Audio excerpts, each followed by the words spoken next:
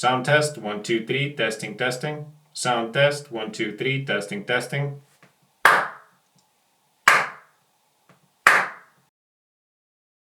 Sound test, 1, 2, 3, testing, testing. Sound test, 1, 2, 3, testing, testing.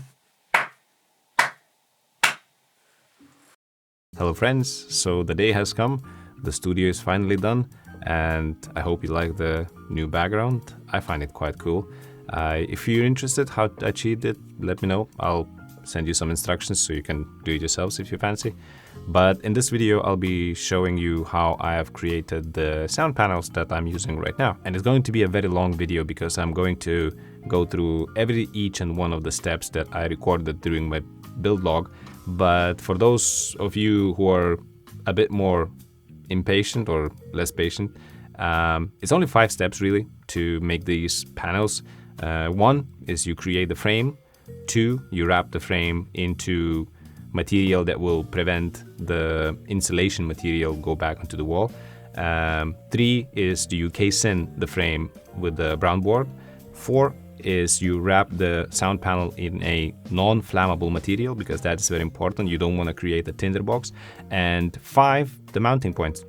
So that's it. There's only 5 steps to do it. However, if you want to find out the whole process, stick around. We'll go through the entire video.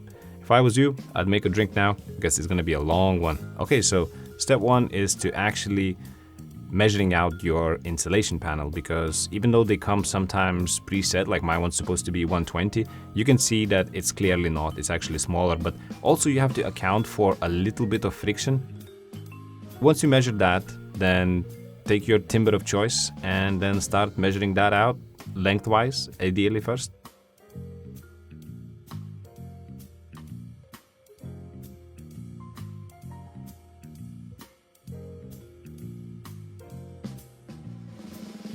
And then you just cut them to size.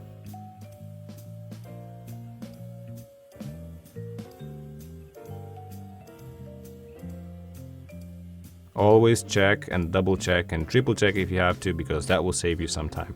Now that I cut it lengthwise, I'm checking it the width. Bear in mind the width is a total width. You will also need to minus that from the width of the individual planks. So what I'm doing here is I'm measuring the inner portion that I will be needing to cut to match the whole width of the panel, if that makes any sense, I hope. In my case, that was about 50 centimeters, so I marked them up immediately.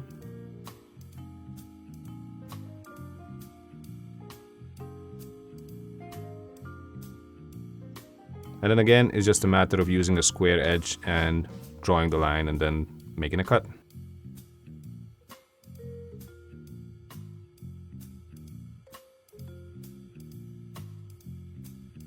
I did really enjoy creating those close-up shots. I think they're quite cool. And there you go. I'm checking, double checking, making sure that I'm cutting to correct size, because the wood in United Kingdom is extremely expensive, so I don't want to waste any if I can.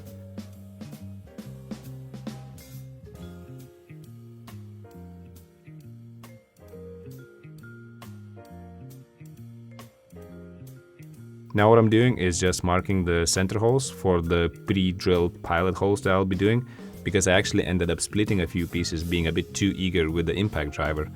But no big deal, it doesn't really have to hold that strong. You will see from when we're going forward.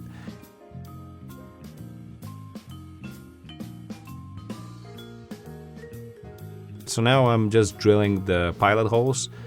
I eyeballed everything pretty much. It doesn't have to be accurate in any way. You will see why, because the panels actually weigh next to nothing. So that frame will be more than enough to hold it forever.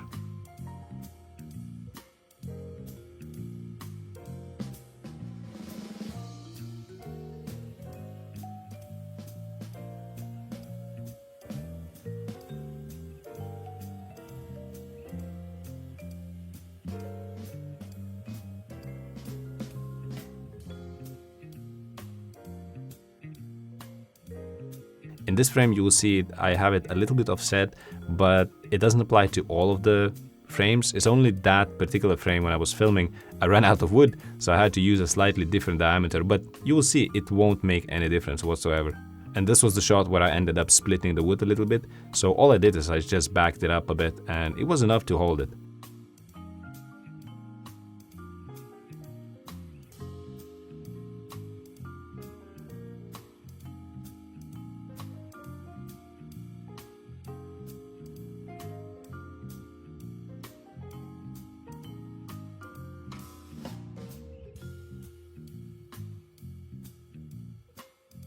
Overall, I was pretty satisfied with the frame. It sometimes can be a little bit skewed, but not to worry. A little bit of hand manipulation and it should be straight enough. Now you lay out your material of choice for the backing of the panel. What I'm doing here is I'm accounting for the wraparound, because the wraparound will be the width of the frame. And then you cut around. I could have measured it much more precise, but I really don't need it. And that's the side that you're definitely not gonna see it, so you kinda don't really have to. I ended up using the staple gun. I found that to work perfectly fine in conjunction with the hammer. Fantastic. Again, making sure that I double check the measurements, because I had a few times where I nailed it to the wood and then I didn't have enough length on the other side, so I had to pull the nails out and do it again. Or should I say staples, but you know what I mean. Also, don't worry making it too tight, because you will see you will make it tighter and tighter as you wrap around the frame. Top tip, start with the shorter edge of the frame, because that will help you to wrap it a lot neater. And you will see why, because when you're hanging them vertically, that connection is not actually visible by human eye. And I know it's just the backing area, but if you get into the habit of doing that on the backing area, it'll be easier to do it basically on the front as well. And then it's just a matter of stapling the whole thing all around.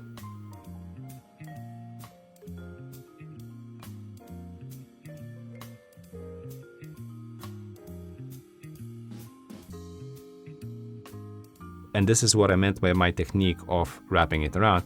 You don't have to just overanalyze it now, because I will demonstrate it further in the video at a lot more detailed and a lot more closer.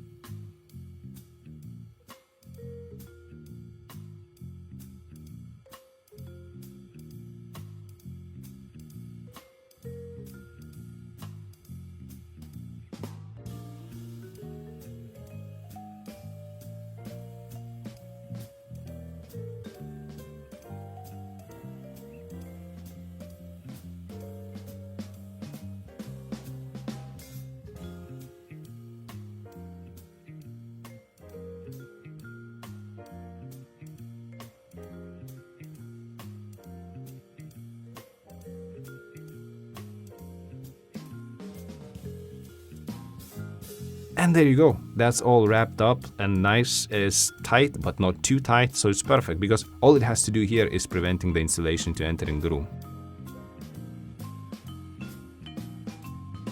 Now use 3mm brown board that you can get in B&Q in United Kingdom. The good thing is buying from them is that you can bring the huge sheet of 2.4 meters or so by 1.20 meters and ask them to cut it in strips. And if you're good with your basic maths, you can calculate exactly how many strips you will need and they'll do it for you.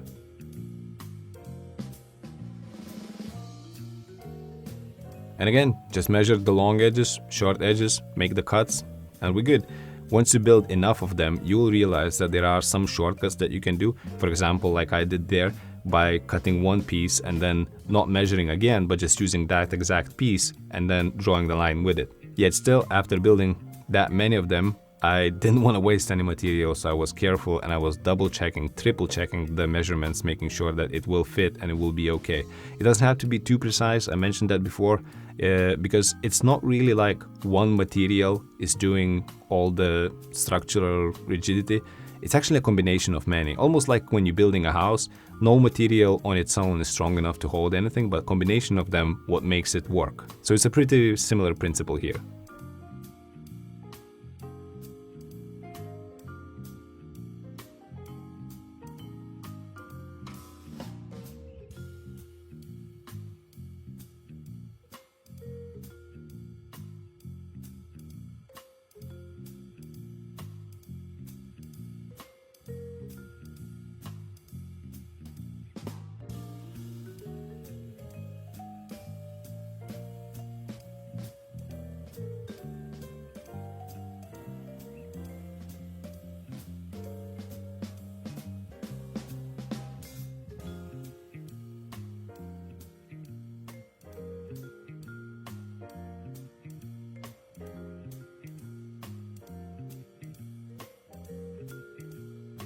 Now this for me was probably the most tricky part of the build, because you have to be a little bit careful, because I'm using staples, so they're not the strongest in holding this panel.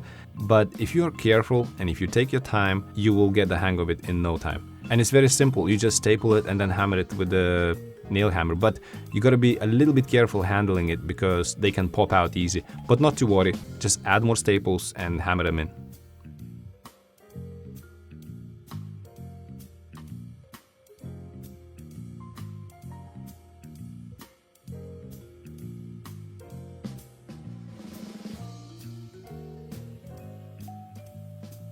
And now the second side.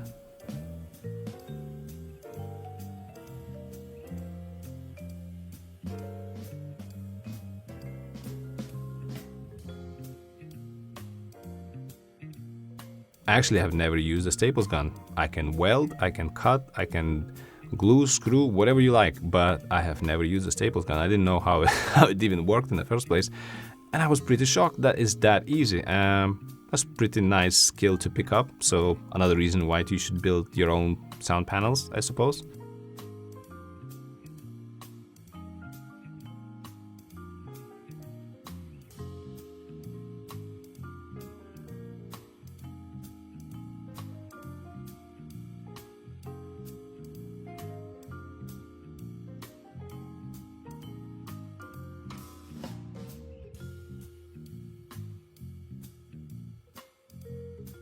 And as you can see, this particular panel was all kinds of wonky, but I still made it work. It doesn't have to be perfect at all, actually. You just, after building a few more of them, you will find out that there is certain things that matter and certain things that don't. In my case, it really doesn't matter. If majority of the frame is okay, certain pieces can be shorter or longer or whatever. The reason why I had these pieces a little bit wider actually than the previous frame is because at B&Q that was the last piece that they could cut out, and I didn't realize until I started actually building. I was like, whoa, that's a bit wider, and then realized that okay, they cut out all the strips that I asked them, but it doesn't mean that it will divide exactly even sometimes. And yes, I am using duct tape. It's fantastic to hold this thing in place. I was a little bit skeptical at the beginning because this is a design that has been popularly shared all over audio forums and whatnot. But I was a bit skeptical with using duct tape, but actually like I said, it's part of many items that when they are all together, they provide rigid enough, actually more than enough rigid frame for holding the insulation. And you don't really need any more.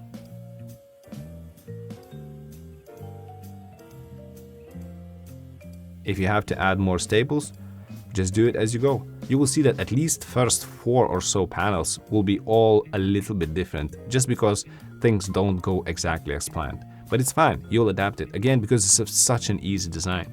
Now this frame is a lot more precise because it was using the strips that they were cut to correct size. And again, it's not that dissimilar for when the things don't really go the right way. So I'm just saying that I'm trying to kind of put at ease anybody who's not that DIY inclined. It's that easy to do. I've done a lot more complicated things, and most importantly is not to be too perfectionistic about it. I mean, unless you are putting them in an area that a lot of guests will come over and whatnot, but the frame itself, it doesn't really matter. It's really only the step 4 which is wrapping the panel with your flame retardant material, is what creates the good or bad look. The frame itself won't influence it at all.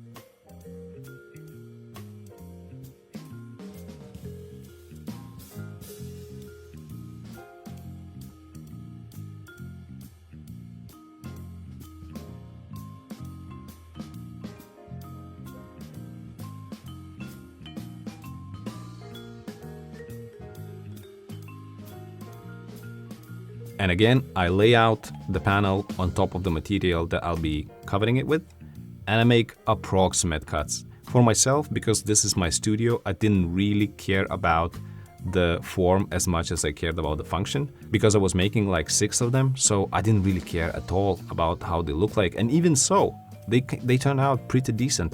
The material was a little bit wrinkled, so you will see some crevices and streaks and whatnot, but actually it was okay.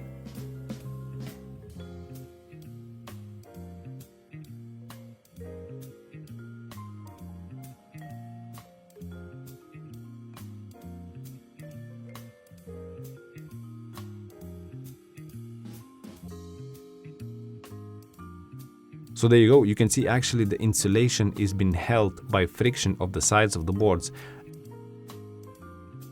One thing I forgot to mention is that you make sure that when you fit the boards around, the rough side is inside, because it will help with holding the insulation inside.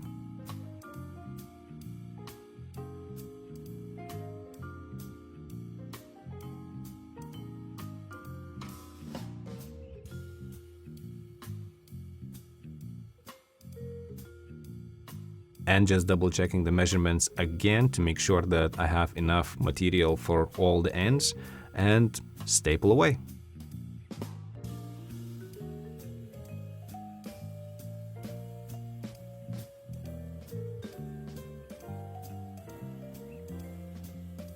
And just like with the backing, you start with the shorter ends of the panel, because that will help you to create those invisible folds I mentioned before. This is still not the time where I'll be showing the close-up of my folding technique, but if you haven't got it by now, don't worry, it will come just a bit later. Not much more to go, to be honest.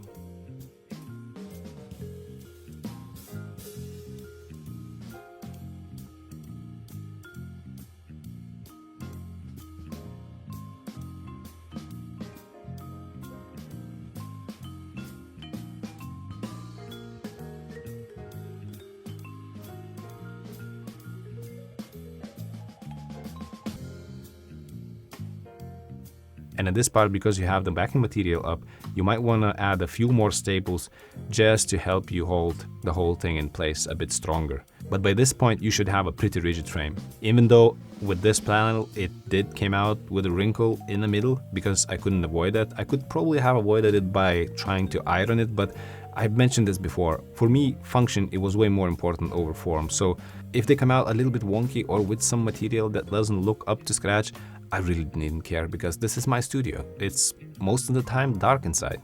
So yeah, you can see the bent material from transportation and whatnot, but it's good enough for me. A pro tip as well, don't lie your material all over the place where it's like wood shavings and dog hair and whatnot, because it all will get picked up. So this is the technique I mentioned before. The horizontal line is the long edge and the vertical line is the shorter edge. So you can visualize how to do this by yourselves. And once everything is nice and tight, all you need is just one staple in, and then you add staples as needed.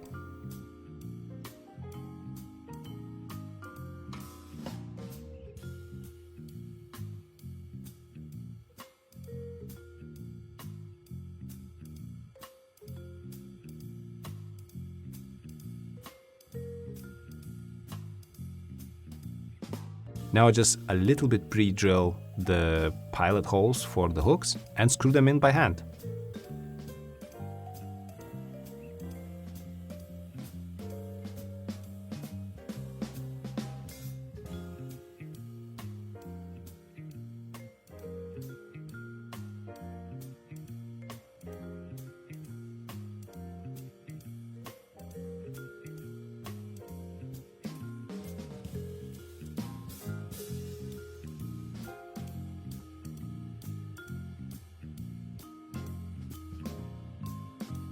I ended up using the 1.2 or 1.5 millimeter hanging wire.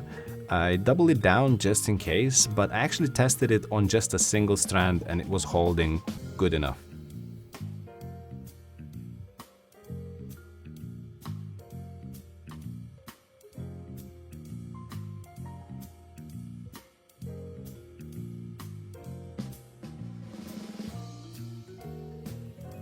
And that's it, that's the 6 of them done. Suffice to say, I was really pleased with the results.